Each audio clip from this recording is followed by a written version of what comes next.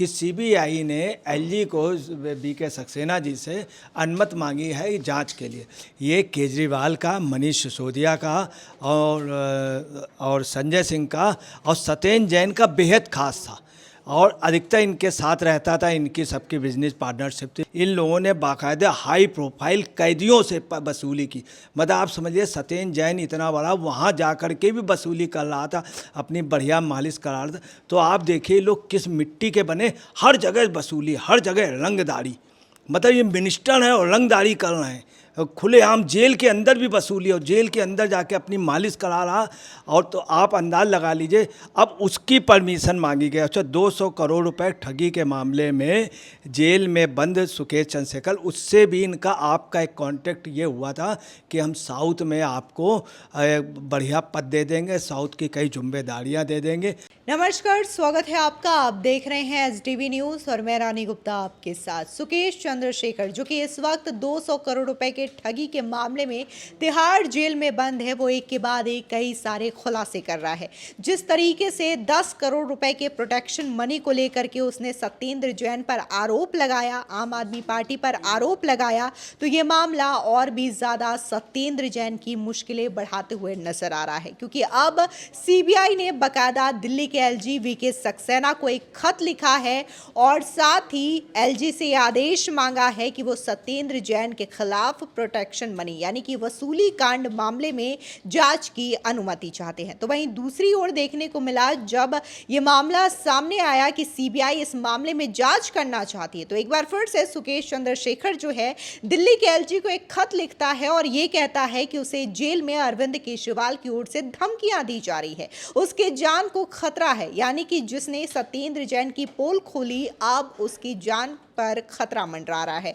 ऐसे में यह कहा जा रहा है सुकेश चंद्रशेखर के द्वारा कि उसे किसी और जेल में शिफ्ट किया जाए। ऐसे में यह पूरा मामला है क्या, और क्या है वसूली कांड, और क्या सिर्फ सत्येंद्र जैन की मुश्किलें बढ़ेंगी या फिर इस मामले में और भी लोग जो है वो सीबीआई के हत्थे चढ़ने वाले हैं। इस पूरे मामले को लेकर के हम विस्तार से चर्चा करने जा रहे हैं। हमारे साथ मौजूद है हमारे वरिष्ठ पत्रकार अजय जी। सर, स्वागत है आपका। जिस तरीके से सीबीआई ने बाकायदा एक खत लिखा कल और दिल्ली के एलजी बीके सक्सेना से वसूली कांड मामले में सत्येंद्र जैन और अन्य लोगों के खिलाफ जांच की मांग की है, अनुमति मांगी है, तो ऐसे में जानना चाहेंगे कि ये वसूली कांड है क्या, और सत्येंद्र जैन के अलावा और कौन कौन से जो लोग हैं वो इसके इर्द गिर्द यानी कि सीबीआई के हत्थे चढ़ेंगे।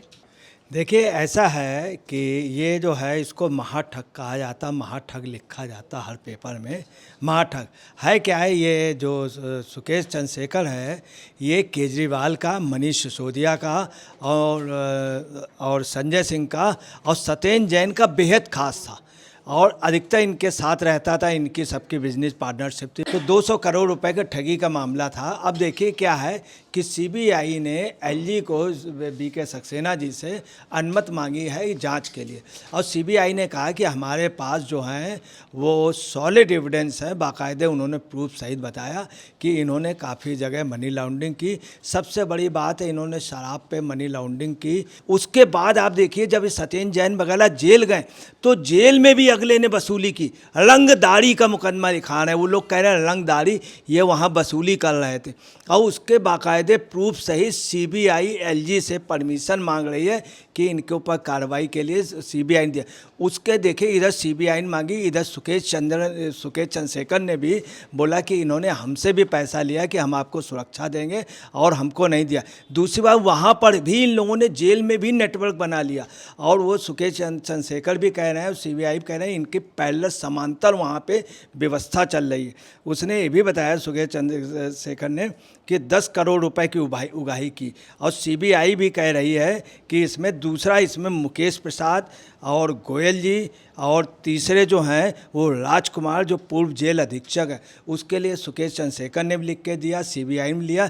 इन लोगों ने बाकायदा हाई प्रोफाइल कैदियों से वसूली की। मतलब आप समझिए सत्येंद्र जैन इतना बड़ा वहाँ जा कर के भी वसूली कर रहा था, अपनी बढ़िया मालिश करा रहा था। तो आप देखिए लोग किस मिट्टी के बने, हर जगह वसूली, हर जगह रंगदारी। मतलब ये मिनिस्टर हैं और रंगदारी कर रहे हैं। खुलेआम जेल के अंदर भी वसूली और जेल के अंदर जाके अपनी मालिश करा रहा। और तो आप अंदाज लगा लीजिए, अब उसकी परमिशन मांगी गई। अच्छा, 200 करोड़ रुपए ठगी के मामले में जेल में बंद सुकेश चंद्रशेखर, उससे भी इनका आपका एक कॉन्ट्रैक्ट ये हुआ था कि हम साउथ में आपको बढ़िया पद दे देंगे, साउथ की कई जिम्मेदारियां दे देंगे। और वही सुकेश चंद्रशेखर जो है, उसके बाद में भी जेल जाने पर भी उससे वो कर रहा और वो महाठग हो गया। और ये लोग आप समझ लीजिए साहूकार अपने को बोल रहे हैं। महाठग उसे कहते हैं जो ठगों का सरदार हो, और वो इन लोगों का सबका वो था। तो आप देखिए वो दोस्त किसका था, अरविंद केजरीवाल, संजय सिंह, मनीष सिसोदिया और सत्येंद्र जैन, मतलब इन्हीं के उसका था प्यादा। और वो महाठग कहलाए, तो ठगों का वास्तव में वो महाठग। और वो कह रहा है इसमें आपको बतलाना है कि बहुत लंबे ये जाएंगे, और अगर ये परमिशन निश्चित को एलजी को देनी होगी।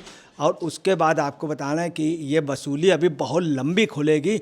जेल में 2018 से 21 तक के उनके पास प्रूफ हैं, सीबीआई के पास 2018 से 21। तो अभी और भी काफ़ी एविडेंस होंगे हाई प्रोफाइल के अलावा, ये और लोगों से लेते होंगे, क्योंकि इनका काम है पल पल में भ्रष्टाचार।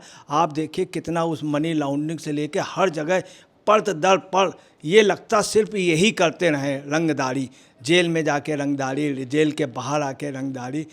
इन सारे मामले सामने आने के बाद सुकेश चंद्रशेखर ने एक बार और एक लेटर दिल्ली के एलजी के सक्सेना को लिखा है और ये कहा है कि लगातार इस मामले को खुलने के बाद से केजरीवाल की ओर से उन्हें धमकियां मिल रही हैं और जेल में उनकी जान को खतरा है। कई सारे उनके पास डेटा है, पेन ड्राइव्स हैं, जिसे मांगा जा रहा है मनीष सिसोदिया और केजरीवाल के द्वारा। अगर वो ऐसा नहीं करते हैं तो उनकी जान को खतरा बन सकता है। उनके जेल को कहीं और शिफ्ट किया जाए, उन्हें और शिफ्ट कहीं किया जाए, ये मांग की जा रही है। सुकेश चंद्रशेखर ने 2 बार लेटर दिए, रिटन में 2 बार लेटर दिए। उसके अलावा उसने जेल अधीक्षक से भी कहा था और जेल अधीक्षक राजकुमार से भी कहा था, पूर्व जेल अधीक्षक से, जेल में भी शिकायत की थी, मगर ये सब लोग मिले थे, वो बाद में जान पाया।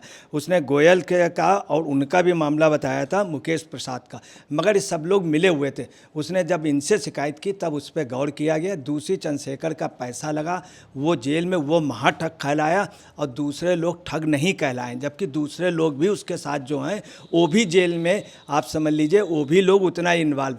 तीसरा, उसको जान का खतरा है। उसने पहले भी कहा था, अब भी कहा, वास्तव में पोजीशन जेल में जो समांतर व्यवस्था चल रही, ये सीबीआई भी कह रहे हैं, जेल के लोगों ने भी कहा और सुकेश चंद्रशेखर। तीसरी आपको बताने, अरोड़ा ने भी कहा था कि हमको बहुत कस के उन्होंने बहुत दबाव में ले लिया था और मेरे सामने समस्या था, घर परिवार बच्चे वगैरह सब उजड़ जाते हैं, चूँकि मुझे धमकी दी गई थी। ये अरोड़ा ने भी अपने एफिडेविट के बयान में दिया। इनके एक बयान ने और बोला, और इन्हीं का साथी जो मिश्रा है एक, और वो त्यागी, उसने भी इस चीज़ को कहा था, विनय त्यागी ने, कि हमको ये दबाव में लिए थे, जबकि उनका खास आदमी था, इनका संजय सिंह का और मनीष सिसोदिया, उनका जैन का।